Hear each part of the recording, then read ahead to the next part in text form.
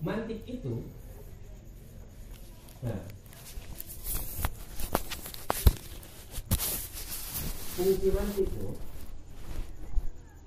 fungsi mantik itu dia mengorganisir, nah, mengorganisir pikiran kita. Karena sebelumnya orang kalau tidak mengerti mantik, itu ilmu dia amburadul dan banyak pengetahuan dia, ya, yang sudah ada dalam daya tangkap. Itu pengetahuan itu namanya makul, sesuatu yang ditangkap oleh akal. Dan itu tersimpan dalam memori. Nah, pengetahuan kita banyak, kita sudah banyak dari kecil tentang manis, tentang pengetahuan dasar lah, manis, pedas, asin, dan apalagi pengetahuan dasar, seram, apalagi macam-macam lah pengetahuan dasar kita.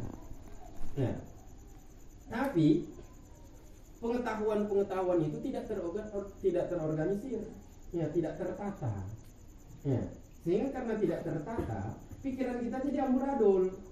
Karena amburadul tidak tertata, kita tidak mengerti bagaimana cara menatanya, bagaimana cara mengaturnya, ya. Ketika disuruh berpikir, pikiran kita jadi amburadul. Nah, contoh, orang katakan kita enak sekali ditipu. Nah, orang katakan ini biasanya waktu belanja misalnya, waktu kita beli celana misalnya, waktu beli celana. Ya, lu Levi's, tahu Levi's? Tulisan di Levi's, bacanya bukan Levi's. Itu pembuatnya Levi Strauss, kan, orang Israel. Nah. Atau itu pun seperti tas yang keren sekarang, yang mahal, yang branded, yang kualitasnya tas tuh, tas Sido muncul, tas apa misalnya yang merek terkenal,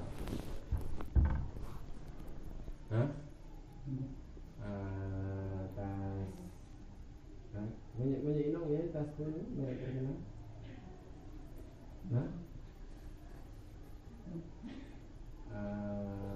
Gucci gitu.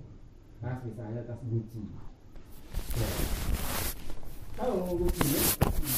Terkenal itu produk Italia itu. Tuh DNG produk mahal itu. Dia bilang ini adalah tas Gucci. Tas Gucci itu mahal. Ini tas Gucci bu, tas Gucci ini. Padahal yo, iya 15 juta. Pakai mahal gak? Gucci bu, Gucci. Kakak lah, duit pen 15 juta, penumpang ibu.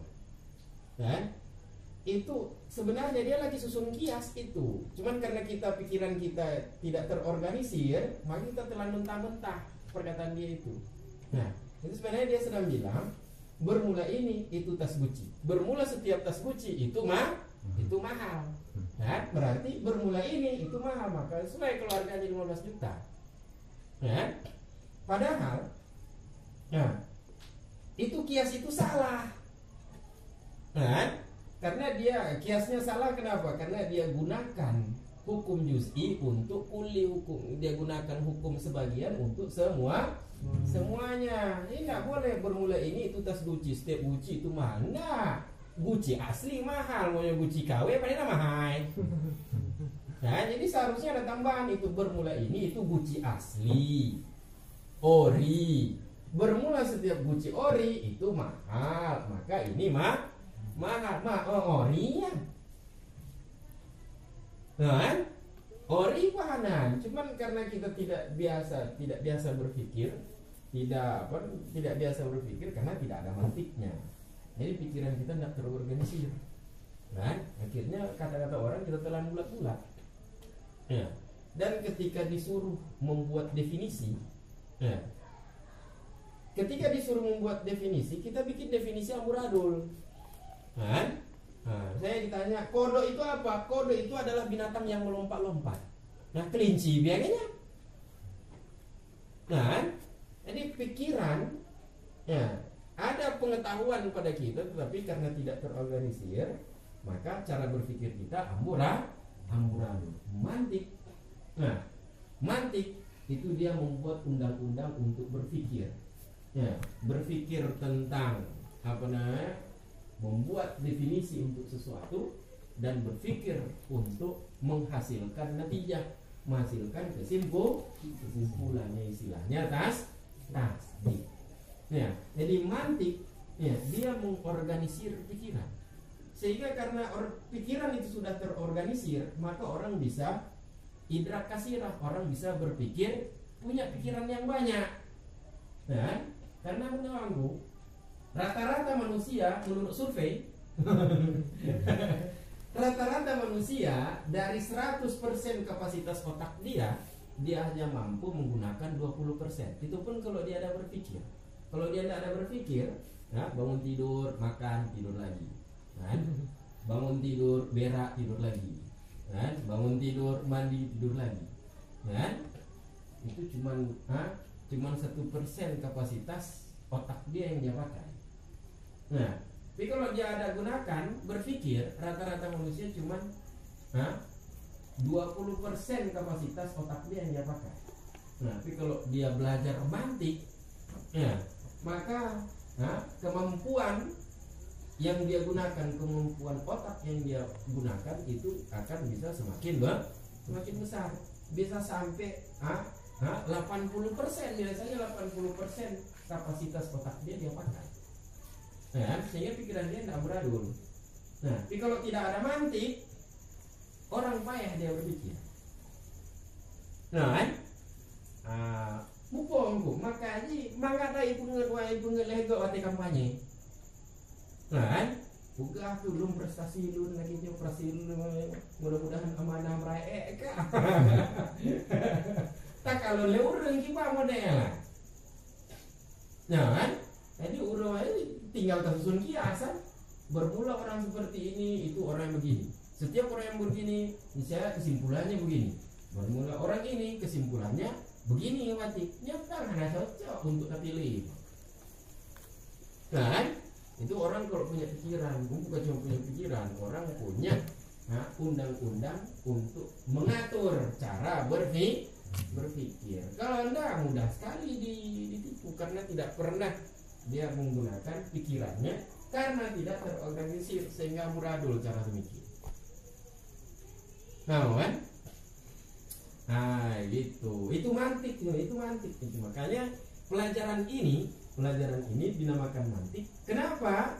Karena 3 pengertian mantik itu, 3 pengertian mantik itu terakomodasi, kan? Tertampung dalam pelajaran ini.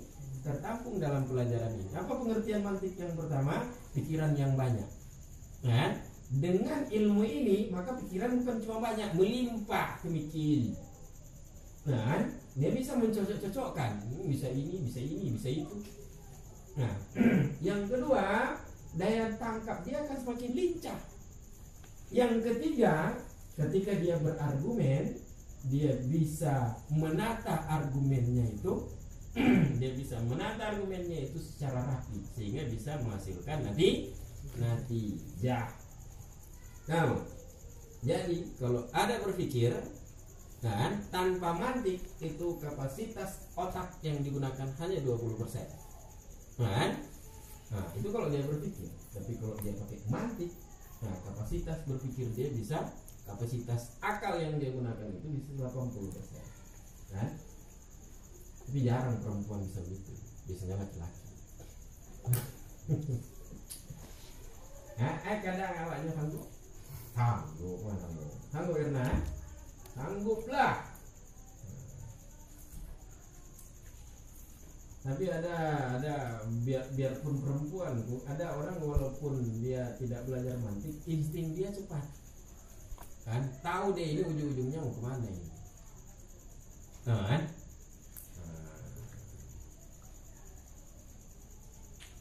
Kan? Jadi ya itu kata-kata orang itu jangan ditelan bulat-bulat, harus dianalisa. Kan? Harus dianalisa. Cara analisanya pakai apa? Pakai mantik. menghana muradul. Nah, itu.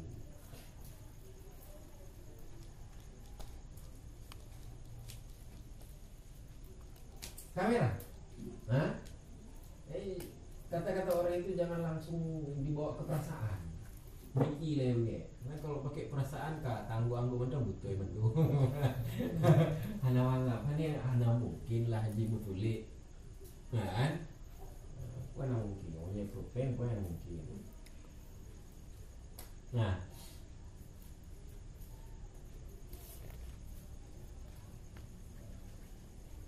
Jadi bermula mantik binis bati lil janan mantik dengan menghubungkan kepada hati. Janan dibaca dengan fathah jim. Nah, janan. Kalau lagi masih diam tuh, janam-janamu. Artinya kalbi. Hati.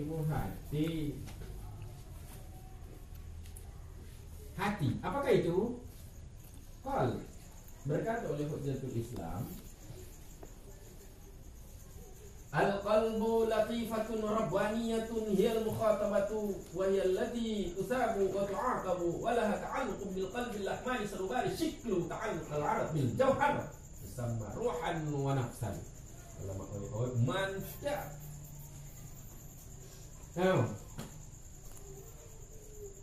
Berkata oleh Hujjatul Islam. Ini beliau bergelar Hujjatul Islam ada dua kemungkinan. Bisa saja hujjah di situ adalah gelar dalam ilmu hadis. Nah, kalau gelar dalam ilmu hadis itu pada berapa ratus ribu hadis yang dihafal baru bergelar hujjah. Nah, lagi lang merapi ya. Nah, jadi hujjah itu adalah gelar dalam hadis. Dan ini bukan S3 lagi bu, lihat S3 lu kan? Nah, mau tanya kok paling keren S3, menyebab kuliah paling keren S3. Nah, tapi kalau dalam hadis itu ada gelar-gelar sendiri. Berkata oleh Hujjatul Islam, apa kata beliau? Al-qalbu bermula hati. Nah, jadi ini beliau bicara dalam kapasitas beliau sebagai ilmuwan mantik. Nah, jadi karena beliau berbicara dalam kapasitas sebagai ilmuwan mantik, ketika mendefinisikan itu harus ada jenis dan pasal. Nah, bermula hati itu adalah latifah. Itu adalah sesuatu yang halus. Apa itu latifah? Nanti ada penjelasan di dalam. Jadi latifah yang dimaksud adalah jauhar mujarad, materi tunggal.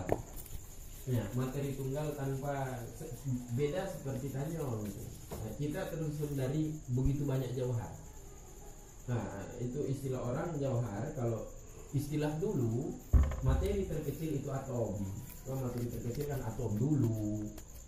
Dan sebelum ditemukan bahwa rupanya atom itu tersusun dari proton. Dan ketika ditemukan atom tersusun dari proton, maka materi terkecil itu proton. Dan rupanya penyelidikan selanjutnya, perkembangan ilmu selanjutnya, proton itu rupanya dia masih tersusun lagi, ada yang menyusun proton, namanya minta terus. Kan? Jadi kita jangan ikut yang mutakhir lah, yaitu yang dulu. Taruhlah dia materi terkecil itu adalah atom. Nah, jadi seperti itu hati. Hati itu adalah latifah, sesuatu yang halus, bahkan lebih halus dia daripada angin. Kalau angin masih bisa terasa hembusan angin. Nah, punya hati gimana? Hati itu dia latifah, dia adalah materi yang sangat halus. Nah, yang dia rokbaniyah, yang dia berhubungan dengan Tuhan.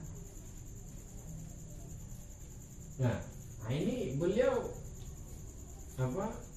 berbicara tentang hati dalam kapasitas beliau sebagai ilmuwan mantik. Tapi kalau bicara dalam kapasitas beliau sebagai sufi, Apa itu hati?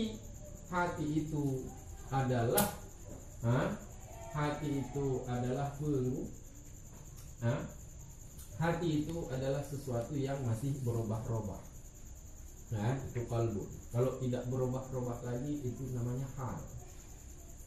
Nah, kalau tidak berubah-ubah lagi itu nanti namanya ruh. Nah, lebih tinggi dari itu namanya sir. Nah, sedangkan kondisi dia yang paling primitif, itu namanya nafsu. Nah, itu kalau dalam kapasitas sebagai sufi. Ini boleh bicara tidak dalam kapasitas sebagai sufi. Nah, sebagai ilmu mantik. Ilmu mantik itu kan bicaranya apa jenisnya, apa fasa kan? Jenisnya itu ya. Latifah kan. Latifah Rabbaniyah. Iya, yang bermula dianya latifah itulah yang didialogkan. Orang sebenarnya ketika berdialog, ya, kita ketika berdialog dengan orang, ya, nafsul amri ini kita berdialog untuk hati, ya. Karena kalau hati itu tidak ada lagi, tidak ada lagi, itu manusia sudah jadi bangkai. Ini saya tidak bicara bangkai. Karena jadi yang diajak berdialog itu adalah sifatnya. Ini bicaranya hakikat. Hiyal mukhatabu, bermula dianya latifah, itulah yang didialogkan. Dan bermula dianya latifah, itulah yang diberi pahala. Watu akab, dan latifah itulah sesungguhnya yang disiksa. Jadi nyopul Imam Ghazali itu hanya percaya bahwa nanti yang dibangkitkan itu bukan cuma hati yang dibangkitkan, jasmani juga dibangkitkan, dan yang disiksa di kubur itu bukan cuma hati, yang disiksa itu adalah jasmani dari manusia, dan itu kan sudah alam lain, alam barzakh kan, ya. Jadi orang karena tidak mengerti, ya, jadi berarti Imam Ghazali ini beliau tergolong orang yang tidak mempercayai, tidak mempercayai kebangkitan. Berarti ini yang dibangkitkan, jadi yang diberi pahala, yang disiksa itu adalah hati.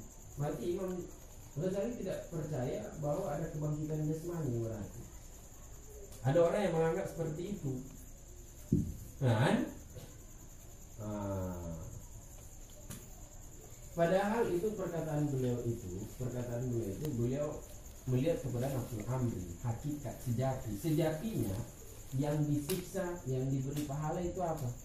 Yang disiksa, yang diberi pahala itu sejatinya adalah hati. Karena kalau hati tidak ada, orang tidak akan bisa merasa senang, orang tidak bisa merasa tersiksa. Jadi yang tersiksa, yang merasa senang pun sejatinya adalah hati. Ketika kita berdialog, sejatinya kita berdialog dengan hati, bukan dengan matanya, dengan hidungnya, dengan telinganya. Karena kalau tidak ada hati, tidak bisa diajak berdialog manusia. Sudah jadi bangkai berarti. Walaha ta'alluqum bil qalbil lahmani sanubari syiklu, dan ada baginya latifah, ada hubungan dengan hati lahmani, hati bangsa daging. Hati daging itu bahasa lainnya apa? Liver. Liver itu jantung. Itulah hati bangsa daging.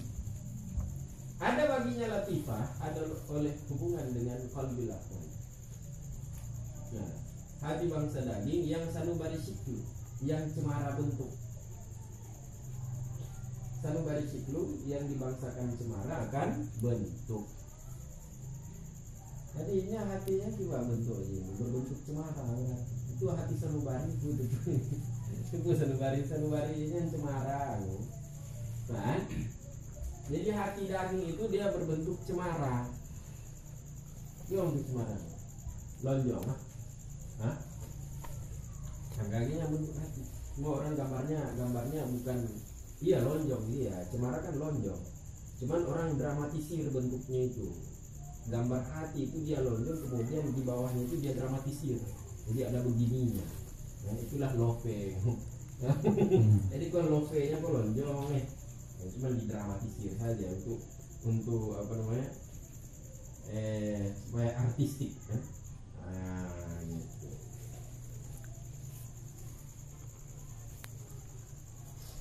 Ada baginya hati, ada hubungan dengan hati bangsa daging yang cemara bentuk. Biasanya orang gambar hati kan begitu, berbentuk cemara.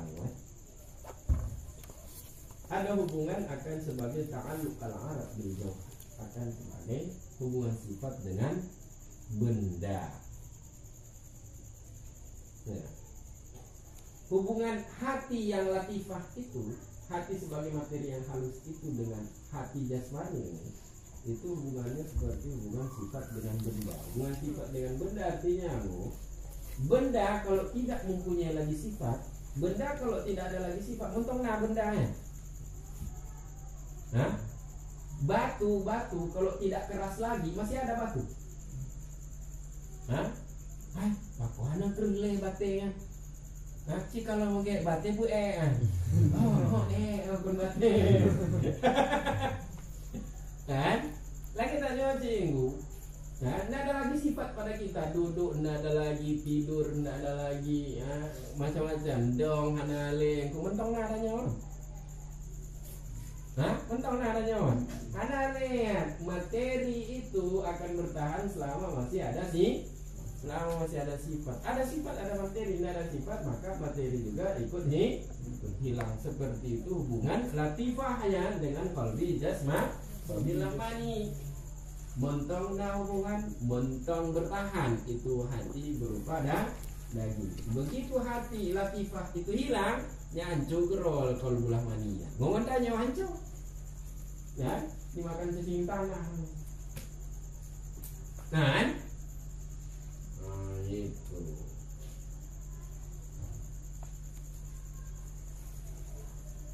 Wakal wa yusamma ruhan wa nafsa, dan dinamakan akan dianya kalab, yaitu latifah robbaniyah, dinamakan akan dianya kalab yaitu latifah robbaniyah. Nama lainnya adalah ruh, nama lainnya juga adalah nafsu. Jadi nafsu, ruh, kalab itu sama itu kan, cuman beda iktibar, beda sudut pandang. Kalau belum konsisten namanya kalab. Nah, karena kalab itu takaluk, dia berubah, itu kan dari takaluk berubah roh, mentong bolak-balik itu kalab namanya. Ya, kalau sudah tenang namanya roh, karena roh itu dari istirahat, tenang. Nah, jadi sudah berserah diri kepada Allah sepenuhnya. Ya, maka ketika itu kalab itu karena tidak bolak-balik lagi namanya roh. Tapi kalab yang masih primitif, apa disuruh mau aja dia. Ya, disuruh makan haram, suruh ini, suruh itu. Nah, kalab yang primitif itu namanya nafsu. Kan? Jadi kata-kata kita kan? Nah, itu. Demikian buat kita nyoba Allah yang malam berbahagianya. Mari bersama-sama kita. Allah. Wallahu